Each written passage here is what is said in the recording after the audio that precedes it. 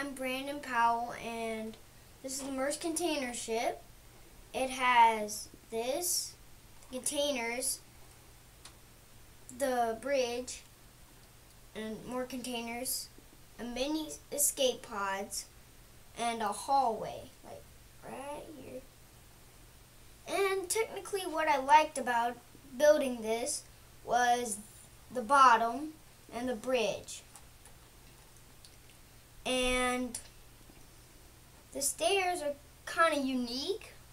I like how Lego designed that. I like that too, the unique design. And this light blue color is pretty rare. You can only get it in Maersk Container Ships. And I've got some new pieces in it, which is that.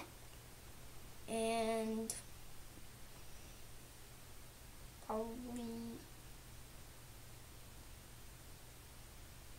that piece. So,